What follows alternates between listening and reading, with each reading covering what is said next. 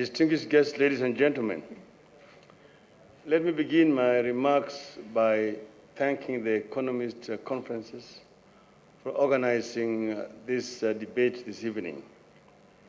It is some time back when I was approached to agree that I be part of this debate, and it is actually very timely. The topic, Africa's young population, opportunity or risk. As the chairman has said, I also hope that at the end of this debate, I'll be convinced that the answer is yes. But let me begin by saying that the bulging youth population is a time bomb for Kenya. But it's not only a time bomb for Kenya, it is a time bomb for the rest of Africa, running right across from the west to the east and north to the south. I was talking to an Asian earlier this morning, and he told me that the Chinese characters, risk and opportunities are intertwined. Risk and opportunity are like identical twin sisters or brothers. So we believe, therefore, that the risk that is posed by this bulging population also offers an opportunity for us as a country.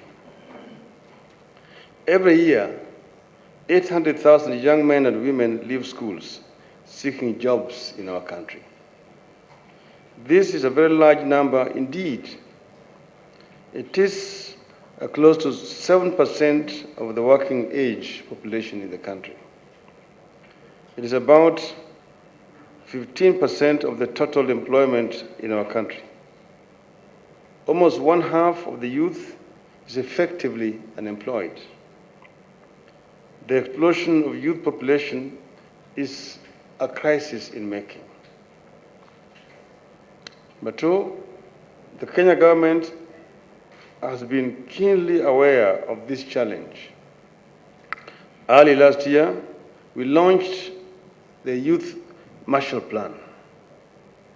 This is a set of ambitious affirmative measures, such as a requirement that a significant portion of public procurement has to be given to youth enterprises.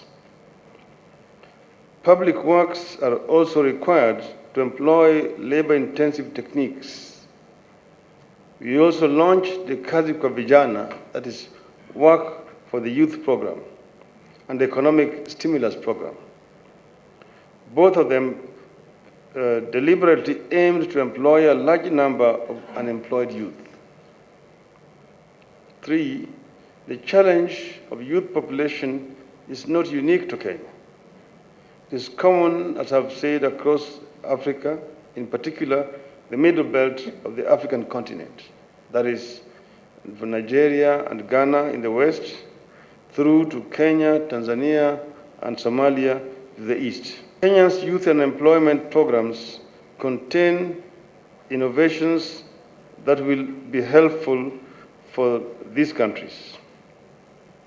We would invite the economists to do a special on Kenya's innovative approaches to help other countries draw on our experiences.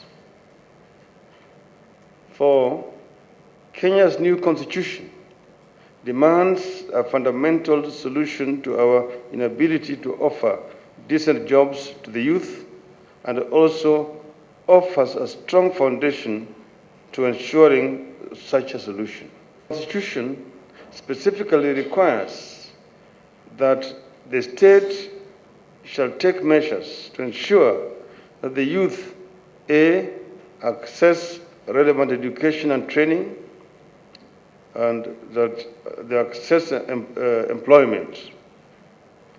The Constitution provides for key prerequisites for rapid expansion of employment opportunities and sustained high economic growth.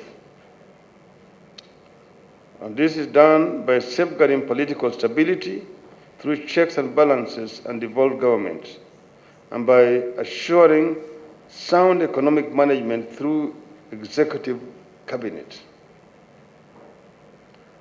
As emphasized in the Constitution, education and training is key to addressing the challenge of the rapidly growing youth population and to turn it to the strength of our economy. That is, from primary school through university, places too much emphasis on academic education and too little on skills directly relevant to jobs and businesses. As a result, we have a situation which is a paradox of a number of employers unable to find suitable workers, while so many youth remain unemployed. To support a strong economy, we need a labor force with a structure of a pyramid with a small portion of trained for research and innovation on the top, a large portion with vocational and middle-level education in the middle, and the largest portion with a solid basic education at the bottom. The government is embarking on education reform toward this goal, so that at the apex, where you have what you call the ivory tower, you have a small team that will be doing research and then transmitting the results down to the middle level, people with vocational training skills, to be able to use this and create wealth. This will encourage savings, which can then be invested in education and healthcare.